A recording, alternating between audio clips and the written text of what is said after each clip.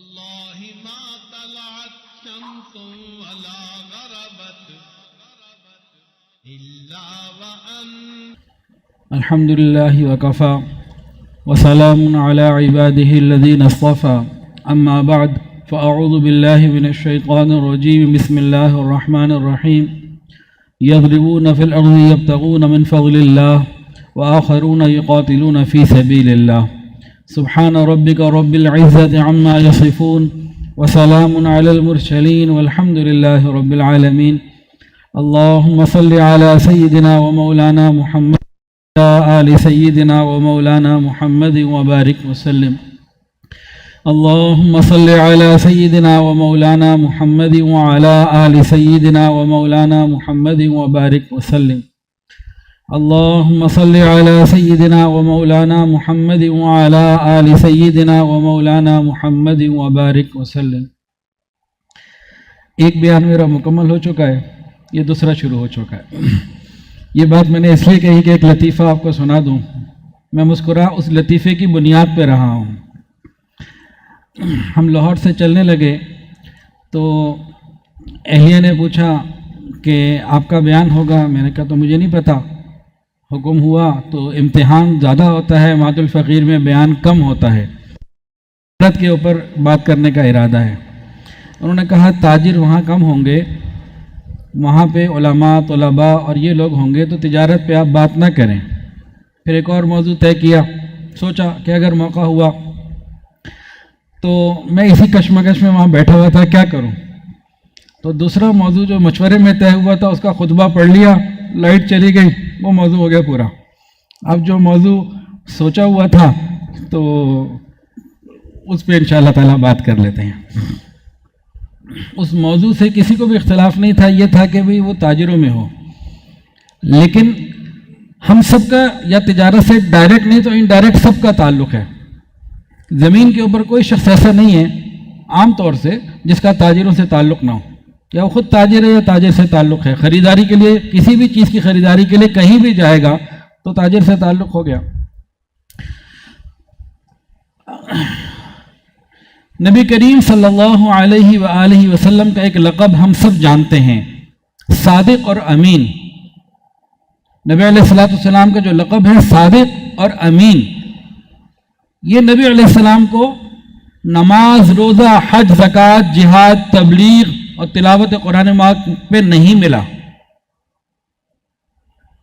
نبی علیہ السلام کو یہ لقب تجارت کی بنیاد پہ ملا، کردار اور معاملے کی صفائی کے اوپر ملا.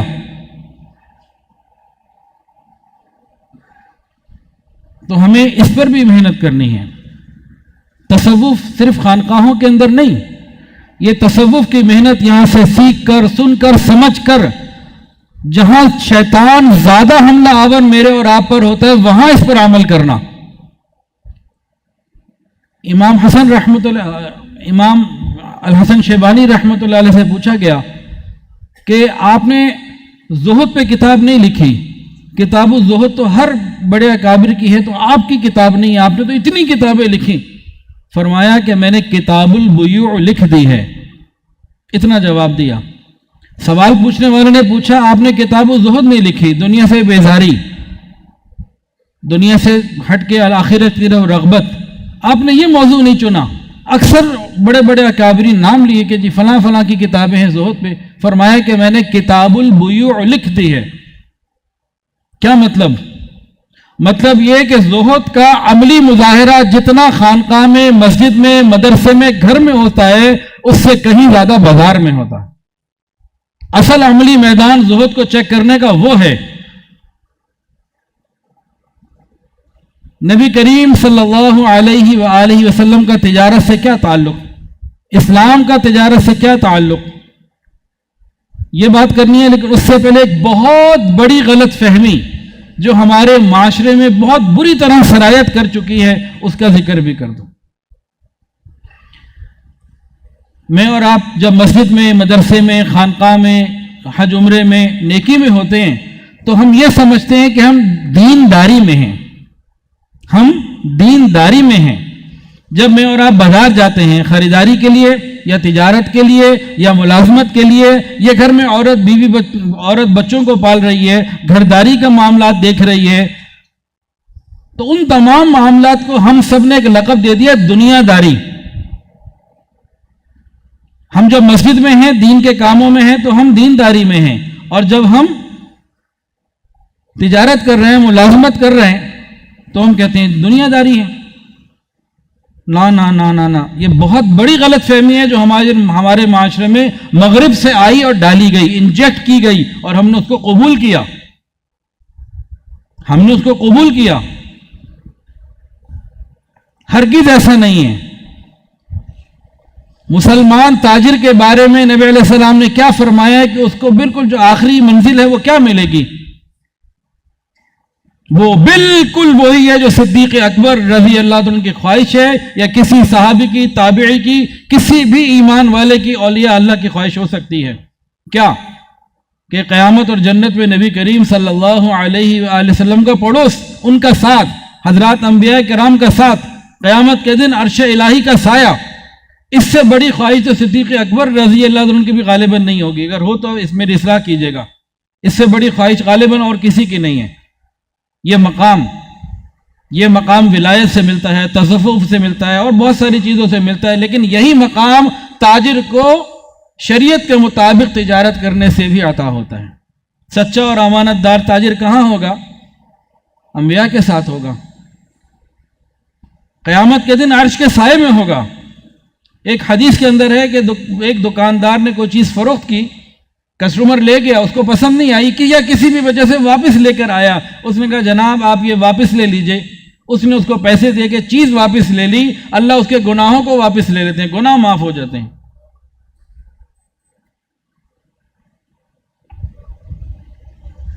تو جو کسی صحابی کی، کسی اور غیر صحابی کی بڑی سے بڑی تمنا ہو سکتی ہے، وہ ایک تاجر کو صحیح تجارت پہ مل سکتی ہے۔ کیا وہ تجارت جو ہمیں جنت میں نبی علیہ السلام کا پڑوس عطا فرمائے، اس کو دنیا داری کہنا جائز ہے؟ کیا وہ دنیا داری ہے؟ نا نا نا، وہ بالکل دنیا داری نہیں ہے، قطعاً دنیا داری نہیں ہے۔ ہاں، اس کو سیکھ کر سمجھنے کی ضرورت ہے۔ جس طرح عبادات کا پورا نظام، نماز ہے، حج ہے، عمرہ ہے، اور دوسرے احکامات ہیں، اس کا مکمل طریقہ، نماز کا وضو کرنے سے لے کر نماز قضا ہو جانے تک جتنے بھی درمیان کے مراحل ہیں، تفصیل سے اسلام میں اس کے احکامات موجود ہیں، سجدہ صحابہ یا جو بھی تمام کا۔ بالکل اسی طرح اسلام میں خریداری سے لے کے فروخت تک، سامان واپس لینے تک، ادھار لینا، نقد لینا، مارکیٹنگ، تاجر کے لیے ہر چیز کی شریعت کے اندر احکامات موجود ہیں۔ امام اعظم امام حنیفہ رحمۃ اللہ علیہ بہت بڑے کپڑے کے تاجر تھے۔ تو یہ معاملات کی لائن کا دین، تجارت کا دین، یہ سیکھنے کی ضرورت ہے۔ نبی کریم اور جو ہمارے ساتھ تاجر رابطے میں ہیں، متعلقین میں سے ہیں، ان کو ان کی تجارت صحیح کرنے کا رخ دینا، یہ ذمہ داری ہے۔ جب مال حلال اور پاکیزہ ہوگا، اس سے ان کی زندگیوں میں بھی برکت آئے گی۔ میرا ایک مرتبہ چیمبر آف کامرس گوجرانوالہ میں بیان ہوا، وہاں انہوں نے مجھے کہا کہ جناب یہ جو علماء ہیں، یہاں پہ مدارس ہیں، اور یہ جو چیزیں ہیں پیسہ دیتے ہیں، تو کئی جگہ ایسا ہوتا ہے کہ اس کا استعمال ٹھیک نہیں ہوتا۔ انہوں نے ایک اعتراض کیا،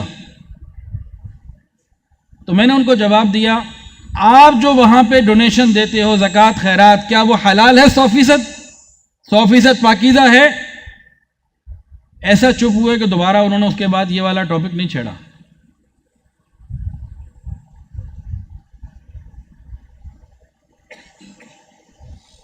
نبی کریم صلی اللہ علیہ وآلہ وسلم کا تجارت سے تعلق کب سے ہے؟ آپ کے آباء و اجداد سے ہے۔ سورہ قریش ہم نے پڑھی ہے، لِإِلَافِ قُرَيْشٍ إِلَافِهِمْ رِحْلَةَ الشِّتَاءِ وَالصَّيْفِ۔ یہ قریش مکہ کے 2 قافلے جاتے تھے تجارت کے، ایک یمن کی طرف اور ایک شام کی طرف۔ جب میں نے یہ تفسیر پڑھی تو دل میں یہ خیال آیا، یہ تاجروں کے مطلب کی بات ہے۔ اس آیت سے یہ خیال آیا کہ جو تاجر گرمی کا سیزن الگ کام کرتا ہے اور سردیوں کا سیزن الگ کام کرتا ہے، یہ سارا سال زیادہ بہتر ہوتا ہے اس تاجر کی نسبت جو ایک سیزن لگاتا ہے۔ یہ کہاں سے شروع ہوا؟ نبی علیہ السلام کے جد امجد تھے ہاشم، انہوں نے باقاعدہ امپورٹ ایکسپورٹ کے لائسنس لیے. آج کی زبان بات کر رہا ہوں لیکن بات اس زمانے کی بتا رہا ہوں. ان کے بڑے بڑے تعلقات تھے قیصر و کسریٰ یمن کے بادشاہوں سے اور نجاشی وغیرہ. انہوں نے ان تعلقات کا فائدہ اٹھایا اور جو قافلے سامان لے کے جاتے اور وہاں سے لے کر آتے انہوں نے ٹیکسیشن میں رعایتیں لیں. آج کل ہمارے یہاں ایس آر او کہتے ہیں، انہوں نے اس حساب سے ایس آر او اپنے لیے بنوائے اور باقاعدہ اپنے لیے پرمٹ جاری کروائے، ان کے نام پہ جاری ہوئے. تجارت شروع ہو گئی. اب ایک عام قریشی تجارت کے لیے جائے تو اس کو 100 روپے ٹیکس دینا ہے، ان کو 50 دینا ہے یا 90 دینا ہے یا 10 دینا ہے. اس کا فائدہ کیا ہوا کہ قریش کے لوگوں نے بھی اور دوسرے لوگوں نے بھی ان کو اپنا سامان دینا شروع کیا کہ مضاربت کے اوپر کہ کاروبار آپ کریں، نفع کو ہم تقسیم کر لیں گے کسی مناسب ریشو سے. اللہ تعالیٰ نے اس کا ذکر فرمایا. تو نبی علیہ السلام کے خاندان میں تجارت چلی آ رہی ہے. آپ کے والد حضرت عبداللہ تجارت کے سفر میں انتقال ہوا، شام سے واپسی پہ مدینہ طیبہ میں انتقال ہوا، تجارت کا سفر تھا. وہ قافلہ تو مکے واپس آ چکا تھا، وہ جو مال تھا حضرت عبداللہ کا آپ کے والد کا، اس کا کیا بنا؟ نبی علیہ السلام کے چچا اس کو دوبارہ مضاربت کے اوپر لیتے رہے اور اس کا نفع نبی علیہ السلام کی والدہ بی بی آمنہ کو ملتا رہا ان کی حیات تک. نبی علیہ السلام جب بڑے ہوئے، کسی پیشے کی ضرورت ہوئی تو تجارت، آپ کے کئی سفر ہیں. آپ کے اسفار کی اور کردار کی، معاملات کی بات جب پھیلی تو سیدہ خدیجہ الکبریٰ رضی اللہ تعالی عنہا جو مکہ کی بہت بڑی تاجرہ تھی، کتابوں میں لکھا ہے کہ اگر اہل مکہ کے کسی قافلے میں 1000 اونٹ ہوتے مال سے لدے ہوئے تو 500 اکیلی بی بی خدیجہ کے ہوتے اور 500 باقی سارے قبیلے کے ہوتے. کوئی بھی ایسا تاجر جو خود فیلڈ میں زیادہ نہیں جا سکتا یا بالکل نہیں جا سکتا، وہ ہر وقت اس انتظار میں ہوتا ہے کہ کوئی مضاربت پہ اس کو ملے، پیسہ اس کا لے کے جائے، بزنس کرے. انگریز کے آنے سے پہلے ہندوستان میں مضاربت عروج پہ تھی. انگریز کے آنے کے بعد ہمارے اندر بددیانتی بری طرح پھیل گئی، وہ ختم ہو گیا سلسلہ. آج کسی کو مضاربت پہ پیسہ دے دو تو واپسی کی کوئی امید نہیں. ذکر، مراقبہ، تہجد، ہر سال حج عمرہ وہ ہو رہا ہوگا، لیکن کسی کا پیسہ لے کے دبانا، یہ ہم اس کے اوپر کو بات کرنے کی ضرورت نہیں، ہم دیکھتے ہیں. تو یہ والا تصوف جب مالی معاملات میں ہم ایسے ہوں گے تو یہ اس طرح قبول نہیں ہوگا. صرف مراقبے کی کثرت سے اور معاملات کے اندر گڑبڑ ہو تو یہ قبول نہیں ہوگا. ان کو جب پتہ لگا نبی علیہ السلام کی شہرت کا تو بات کی اور نبی علیہ السلام ان کا مال لے کے گئے. تجارت ہی اور آپ کی یہ شہرت اور آپ کے کردار کی بلندی ہی اس شادی کا ذریعہ بنی، ظاہری سبب یہ تجارت بنی. نبی کریم صلی اللہ علیہ وآلہ وسلم ہجرت کر کے مدینہ طیبہ پہنچے. مدینہ طیبہ کے حالات جب آپ کے سامنے آئے تو یہودیوں کا پورا ہولڈ تھا وہاں کی تجارت کے اوپر. ان کے بازار تھے، ان کے اصول تھے، ان کے طریقے تھے، اجارہ داری تھی، سارا کچھ ان کا تھا. مسلمان تاجر یا مسلمان وہ لوگ جو تجارت کے لیے کوشش کرنا چاہتے تھے تو جو بڑے مضبوط قسم کے لوگ ہوتے تھے نا، حوصلہ مند، وہ تو وہاں کچھ بات کر لیتے تھے، ورنہ عام طور سے مسلمان وہاں دبتے تھے. اوس اور خزرج یہ 2 قبیلے تھے انصار مدینہ کے. ان دونوں کو یہودیوں نے شروع سے ہی سود پر قرضہ در قرضہ دے کے ایسی پوزیشن تھی جیسے آج IMF کی اور IMF کے انڈر جو ممالک ہیں ان کی ہے. آقا علیہ الصلوۃ والسلام مدینہ میں آئے، مسجد قباء بنائی، مسجد نبی شریف بنائی. اس کے بعد مختلف قبائل کے ساتھ آپ کے معاہدات ہوئے، امن کے معاہدات ہوئے جس میں یہودیوں کے بھی تھے. اس کے بعد آپ نے گھر والوں کو سیٹ کیا، صحابہ کرام کے اندر انصار اور مہاجرین مواخات کروائی. آپ سمجھیے کہ گویا سال، 1.5 سال، 2 سال کا قریب عرصہ یوں گزرا. اس کے بعد جناب رسول اللہ صلی اللہ علیہ وآلہ وسلم نے اسلامی تجارتی، اسلامی معیشت کو سنبھالنے کے لیے اس کے اوپر فوکس کیا. مدینہ کے تجارت کے حالات اور ساری چیزیں سننے کے بعد صحابہ کرام کی جماعت کو منتخب کر کے بھیجا، جاؤ ہم نے اپنی مارکیٹ بنانی ہے، ہم نے اپنا بازار بنانا ہے. یہ وہ نبی ہیں جنہوں نے مسجدیں بنائی ہیں، مزار بھی انہوں نے بنوایا. صحابہ گئے، گھوم پھر کے آئے اور ایک جگہ سلیکٹ کر لی. یہ سمجھدار لوگ تھے, تاجر تھے. نبی علیہ السلام نے کہا مجھے بھی دکھاؤ. آپ بڑے آرام سے کہہ سکتے تھے بھائی میں مسجد نبی شریف میں بیٹھا ہوا ہوں, آپ تاجر ہو, آپ نے دیکھ لیا بہت اچھا ہوگا, اپروو, سائن کر دیتے. لیکن نبی کریم صلی اللہ علیہ وآلہ وسلم نے ایسا نہیں کیا. آپ نے فرمایا جو تم نے دیکھا ہے مجھے دکھاؤ. نبی علیہ السلام تشریف لے گئے. انہوں نے ایک بازار کے لیے جگہ پسند کی تھی. آپ نے فرمایا یہ ٹھیک نہیں ہے. پھر نبی علیہ السلام نے خود سروے کیا اور ایک جگہ کو منتخب فرمایا کہ یہ ہمارا بازار ہے. پھر اس کے کچھ اصول و ضوابط طے کیے. کون سے اصول و ضوابط؟ تفصیلات تو بہت ہیں, صرف خلاصہ عرض کرتا ہوں. ایک اصول یہ بنایا کہ ہمارے اس بازار میں ٹیکس نہیں ہوگا, اور ایک اصول یہ بنایا کہ اس بازار میں مختلف قسم کی تجارت والے الگ الگ بیٹھیں گے. جنہوں نے جانور سیل کرنے وہ الگ بیٹھیں, جو کپڑے والے ہیں وہ الگ بیٹھیں, اور جو کھانے پینے کی چیز سیل کرنے والے ہیں وہ اکٹھے الگ بیٹھیں. ایک اصول یہ بنایا.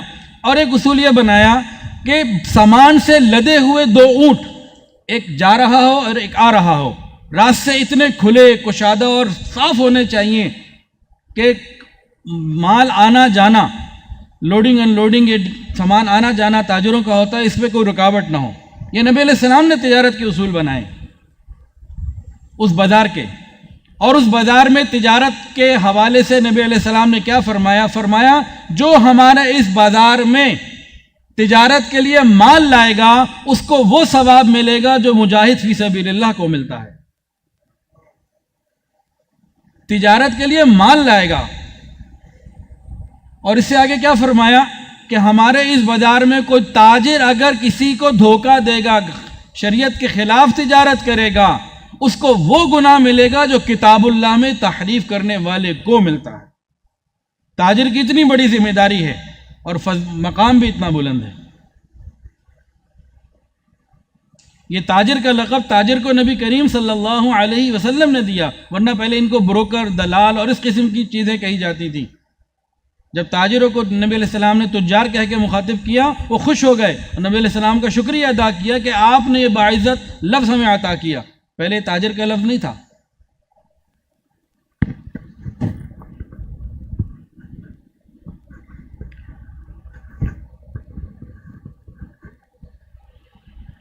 نبی کریم صلی اللہ علیہ وآلہ وسلم مدینہ طیبہ میں عام طور سے ظہر کی نماز کے بعد اس بازار میں تاجروں کی دیکھ بھال کے لیے جاتے تھے. ایک مرتبہ گئے, ایک اجناس میں ہاتھ ڈالا, اوپر سے خشک تھی نیچے سے گیلی تھی. فرمایا ملاوٹ کرنے والا, دھوکہ دینے والا ہم میں سے نہیں ہے. تو مستقل آپ ان کی سرپرستی کرتے رہتے اور جاتے رہتے. نبی علیہ السلام کے پاس عمر فاروق رضی اللہ تعالیٰ نے اس کا بہت زیادہ اہتمام کرتے. حضرت عبداللہ ابن عمر رضی اللہ تعالیٰ روزانہ فجر کے بعد بازار کا چکر لگاتے. ایک مرتبہ حضرت عمر فاروق رضی اللہ تعالیٰ عنہ بازار میں گئے. یہ وہ زمانہ تھا جب قیصر و کسریٰ کے خزانے بھر بھر کر آ رہے تھے, دن رات, اور اتنے مال آتے اور اتنی قیمتی چیزیں آتی کہ اس کی مثال آج مسلمانوں کے لیے سوچنا بھی مشکل ہے. ایسا ایسا اللہ نے انعامات عطا فرمائے. صدیق عمر فاروق رضی اللہ عنہ بازار گئے. آپ نے دیکھا کہ وہاں پہ جو تجارت ہو رہی ہے, مسلمانوں کے وہ غلام وہ تجارت کر رہے ہیں, اور جو مالکان ہیں وہ گھروں میں بیٹھے ہیں, وہ منڈیوں میں نہیں ہیں, وہ بازاروں میں نہیں ہیں, وہ صحابہ وہ تابعین جن کا بزنس ہے وہ خود موجود نہیں ہیں, اور ان کے ملازم موجود ہیں. ملازم بھی وہ جو عرب اور عجم سے آئے اور ان کے غلام بنے, وہ بزنس سنبھال رہے ہیں. اب لوگ آتے تھے, غلام خریدے بھی جاتے تھے, تو ان کو ان کی مہارت کے مطابق ان کو ڈیوٹی دے دی جاتی اور ان سے طے کر لیا جاتا کہ تم یہ بزنس کرو, یہ کام کرو, یہ صنعت اختیار کرو, اور جو پیسے ملیں گے اتنا تمہارا اتنا ہمارا. یہ پوزیشن جب حضرت عمر نے دیکھی انتہائی غمگین ہوئے, غمگین ہو کے آئے. صحابہ کے جو اور تابعین جو بڑے بڑے موجود تھے جمع کیا, خواص کو پوچھا یہ کیا ہے. انہوں نے جواب دیا, کہا امیر المومنین ہمارے پاس اتنے وسائل ہیں, اتنا خزانے آ رہے ہیں, مال غنیمت اتنا آ رہے ہیں, ہمیں ضرورت ہی نہیں رہی تجارت کرنے کی. ابھی ہمیں تجارت کی ضرورت ہی نہیں ہے. فرمایا کہ اگر تم تاجروں نے تجارت کو چھوڑ دیا تو ہماری تجارت پہ یہ غیر قابض ہو جائیں گے اور تم سب ان کے محتاج ہو جاؤ گے، تم سب ان کے محتاج ہو جاؤ گے۔ اور آج ہم یہ نقشہ اپنی آنکھوں سے دیکھ رہے ہیں کہ ہم سب غیروں کے محتاج ہو چکے ہیں۔ حضرت عمر کی ایک خواہش سنیں، انہوں نے فرمایا کہ میرا دل کرتا ہے کہ مجھے جو موت آئے میدان جہاد میں آئے، اگر میدان جہاد میں نہ آئے تو چلو پھر مجھے بازار میں تجارت کے دوران آئے، بازار میں تجارت کے دوران آئے۔ لیکن کون سی تجارت؟ وہ تجارت جس میں معاملات کی اتنی صفائی، اتنا کھرا پن ہو کہ مسلمان تاجر کو دیکھ کر دوسرے مسلمان ہو جائیں۔ اسلام کی تاریخ اس بات کے اوپر پوری گواہ ہے۔ مسلمان فوجیں اکثر علاقوں میں بعد میں پہنچی ہیں، تاجر پہلے پہنچے اور ان کی تجارت کے ذریعے لوگ مسلمان ہوئے ہیں۔ تاجروں کے قافلے چلا کرتے تھے، ان کے ساتھ ایک فقیہ قافلے میں ضرور ہوتے تھے۔ بازار میں تاجر جب دکان کھولتا تھا، کوئی جگہ آ کے بیٹھتا تھا، آڑت کوئی بھی چیز، تو مسلمان مملکت میں اسلامی تجارت کو سمجھے اور سیکھے بغیر حضرت عمر اس کو تجارت کرنے کی اجازت نہیں دیتے تھے کہ یہیں سے رزق حلال اور یہیں سے اگلے سارے معاملات شروع ہوتے ہیں۔ حضرت عثمان غنی رضی اللہ تعالیٰ نے ایک بہت بڑے تاجر تھے۔ ایک صاحب ان کے پاس آئے، کہا آپ نے اتنی جو بڑی تجارت کی ہے تو آپ کے کیا اصول ہیں؟ تو انہوں نے چند اصول بیان کیے۔ ایک ہے قرآنی اصول، میں اس کی بات نہیں کر رہا، شرعی اصول جیسے جھوٹ نہ بولنا، سچ بولنا، ملاوٹ نہ کرنا، یہ تو الگ چیزیں ہیں نا۔ وہ تجارتی اصول پوچھے انہوں نے، حضرت عثمان نے بتائے۔ تو انہوں نے جو 5 چیزیں بتائی تھی ان میں سے 4-5 میں بتا دیتا ہوں۔ ایک انہوں نے یہ بتایا کہ میں اپنے تجارتی معاملات کو خود ہینڈل کرتا ہوں، آگے لوگوں کے سپرد نہیں کیا ہوا۔ کوئی پریشانی، کوئی مسئلہ آ جائے، کوئی ڈیلنگ میں کوئی ایشو آ جائے تو میں خود ڈیل کرتا ہوں۔ دوسرا انہوں نے یہ فرمایا کہ میں پوری لگن اور توجہ کے ساتھ اپنے کاموں کو کرتا ہوں۔ تیسرا انہوں نے یہ بتایا کہ میں تھوڑے نفع کو تھوڑا نہیں سمجھتا۔ چوتھا انہوں نے یہ بتایا کہ جو چیزیں پرانی ہو چکی ہیں، متروک آئٹمز، جو چیزیں اب لوگوں کی ضرورت نہیں ہے، میں ان چیزوں میں کام نہیں کرتا، جو بھی ٹرینڈنگ چیزیں جن کا آج کل ضرورت ہے ان میں کام کرتا ہوں۔ پانچواں انہوں نے یہ بتایا کہ میں اپنے سارے پیسے ایک بزنس میں نہیں، مختلف جگہ جگہ لگاتا ہوں۔ یہ 5 اصول حضرت عثمان غنی رضی اللہ تعالیٰ عنہ نے بتائے۔ آج لوگ MBA کرتے ہیں اور دنیا کے اندر بزنس سیکھنے کے لیے بڑی بڑی ڈگریاں حاصل کرتے ہیں، تو یہ آج کی جو لیٹسٹ جو ٹیکنالوجی ہے، سائنس ہے بزنس کی، یہ اس کے آگے ہی ہے، کم نہیں ہے کسی درجے میں۔ تو اسلامی تجارت کے پورے اصول مدون ہیں۔ اور صحابہ کرام کی تجارت کیسی تھی؟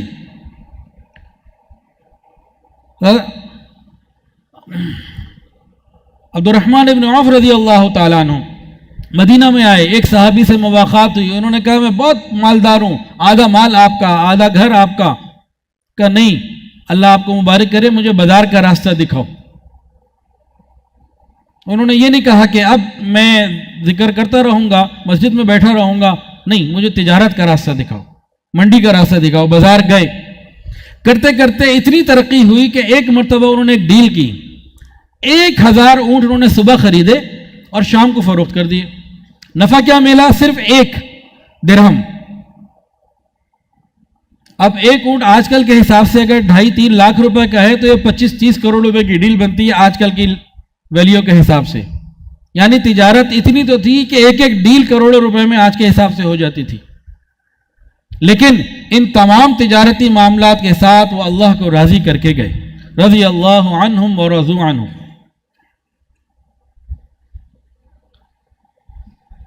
تو باقی تمام شعبوں میں دین کو زندہ کرنا جس طرح ضروری ہے، تجارت اور کمائی اور معاملات کے دین کے اندر بھی تصوف کی تو یہی ترغیب ہے، خانقاہوں کی تو یہی تربیت ہے کہ صدق مقال بھی ہو اور رزق حلال بھی ہو۔ اور رزق حلال کیسے ہوگا؟ رزق حلال کے لیے ہمیں ان ضابطوں کو سیکھنا اور سمجھنا ہوگا۔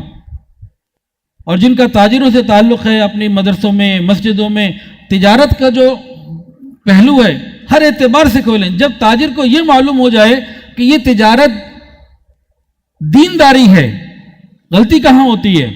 جب ہم یہ سمجھتے ہیں نا کہ یہ دنیا داری ہے، اس وقت پھر ہم قرآن اور حدیث سے اور شریعت سے اور علماء سے، مفتی صاحب سے سیکھنے نہیں آتے، کیونکہ ہمیں یہ معلوم ہے کہ علماء کا تجارت سے کوئی لینا دینا ہی نہیں، شریعت کا تجارت سے نعوذ باللہ کوئی لینا دینا ہی نہیں. تو کیا ضرورت ہے ان سے پوچھو پھر غیروں سے، پوچھو پھر کافروں سے کہ تجارت جن کا کام ہے. تجارت کو اسلام سے وہ تعلق اس وقت سے تعلق ہے جب سے نبی علیہ الصلوۃ والسلام نے تجارت شروع کی. عشرہ مبشرہ بھی تاجر ہیں. جب تاجر کو یہ معلوم ہوگا تجارت دین ہے، اس کے ذریعے مجھے عرش کا سایہ ملے گا، اس کے ذریعے مجھے نبی علیہ السلام کا جنت میں ساتھ ملے گا، اس کے ذریعے مجھے گناہوں کی معافی ملے گی، تب وہ علماء سے پوچھے گا بتائیے مجھے تجارت کو کیسے کرنا ہے. اور جب یہ سمجھے گا یہ ہے ہی دنیا داری، تو یہ سوچ اس کو پھر ادھر آنے نہیں دیتی.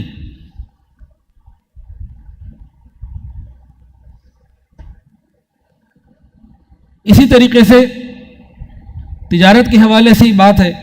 آج ہمیں اس بات کی ضرورت ہے ہم کوشش کر کے اپنے ذائقے کو اور اپنی خواہشات کو تھوڑا کنٹرول کرتے ہوئے ہم پاکستانی چیزوں کی طرف آئیں.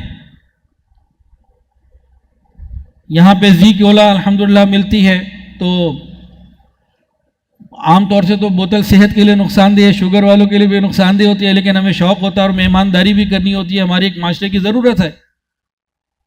تو ہم پاکستانی پروڈکٹس کی طرف آئیں، تمام قسم کی مشروبات میں جو یہاں ملتی ہیں، زی کولا ہے اور چیزیں ہیں، اس پر آئیں.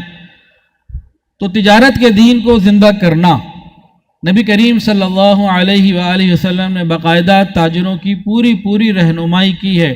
شریعت تجارت کے اندر کوئی معاملہ ایسا نہیں ہے جس کی شریعت کے اندر رہنمائی نہ ملتی ہو. جس طرح نماز کا کوئی مسئلہ ایسا نہیں ہے، حج اور عمرے کا کوئی مسئلہ ایسا نہیں ہے جس کی شریعت میں رہنمائی نہ ملتی ہو، تفصیل نہ ملتی ہو، اسی طرح تجارت کے حوالے سے بھی کوئی مسئلہ ایسا نہیں ہے کہ جس کی شریعت کے اندر رہنمائی نہ ملتی ہو. تو اللہ تعالیٰ سے دعا ہے اللہ تعالیٰ مجھے اور آپ کو، ہم سب کو رزق حلال، آسان، فراخ اور بابرکت عطا فرمائے، اور ہمیں اپنے معاملات کے دین کو ایسا صاف ستھرا سچا کرنے کی توفیق عطا فرمائے کہ لوگ یہ سمجھیں کہ یہ وہ لوگ ہیں جن کا حضرت جی سے تعلق ہے. حضرت جی سے ایک واقعہ سنا تھا، وہ میں عرض کر دیتا ہوں. 2.5 منٹ باقی ہیں، انشاءاللہ بات پوری ہو جائے گی. حضرت پیر فضل علی قریشی رحمۃ اللہ علیہ کے ایک مرید تھے، نابینا تھے، بڑی عمر کے تھے. انہوں نے کسی سے اپنا مطالبہ کرنا تھا، قرض واپس لینا تھا، وہ پیسے دینے آتا نہیں تھا.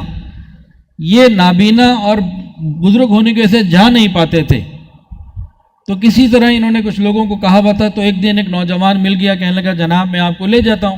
کہ یار آپ کی بڑی مہربانی بھائی، مجھے لے چلو، مجھے ضرورت بھی ہے اور پیسے وہ دے نہیں رہا. اب وہ جو نابینا تھے، سید وہ پیر فضل علی قریشی رحمۃ اللہ کے مرید، انہوں نے ان کا ہاتھ پکڑا نوجوان کا، اور چلتے چلتے اس گلی کے کونے پہ پہنچ گئے. اب وہ 1 میل کا سفر تھا یا کتنا سفر تھا یہ تو نہیں حضرت نے بتایا، سفر کر کے وہاں پہنچ گئے پیدل. گلی کے کونے پہ ان کو آواز آئی، ڈول تماشے اور کوئی گانے بجانے کی، اس طرح کی کوئی آواز آئی. وہیں رک گئے. پوچھا یہ کیا ہے؟ انہوں نے کہا کہ اس گلی میں جو ہے نا کوئی شادی ہے، اس کے لیے ڈھول اور اس طرح کو بارات، ایسا کوئی سلسلہ لگ رہا ہے، کیا چیز ہے اس طرح کی. واپس چلو. کہا جناب میں نے بڑی مشکل سے آپ کے لیے آج وقت نکالا ہے، دوبارہ میرے لیے پتہ نہیں کب وقت ملے تو چلیں. کہ نہیں میں اس گلی میں نہیں جاتا. اس نے کہا جناب جس گھر پہ آپ نے جانا ہے یہ وہ گھر نہیں ہے، اس سے آگے پیچھے چند گھر کے فاصلے پہ اسی گلی کے اندر ہے، لیکن وہ گھر الگ ہے. جہاں ہم نے جانا ہے وہاں کوئی مسئلہ نہیں ہے.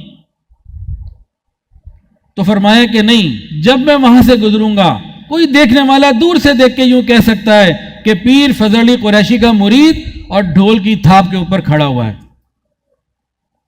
تو ہمیں اپنے معاملات میں، کردار میں، مالی معاملات میں بالخصوص یہ مزاج لوگوں کو دے دینا ہے اپنے عمل اور کردار سے کہ یہ مہد الفقیر سے تعلق رکھنے والا ہے، یہ پیر ذوالفقار احمد نقشبندی دامت برکاتہ العالیہ دامت برکاتہ العالیہ سے رابطہ رکھنے والا ہے، اس کے معاملات کی صفائی بہترین ہوگی۔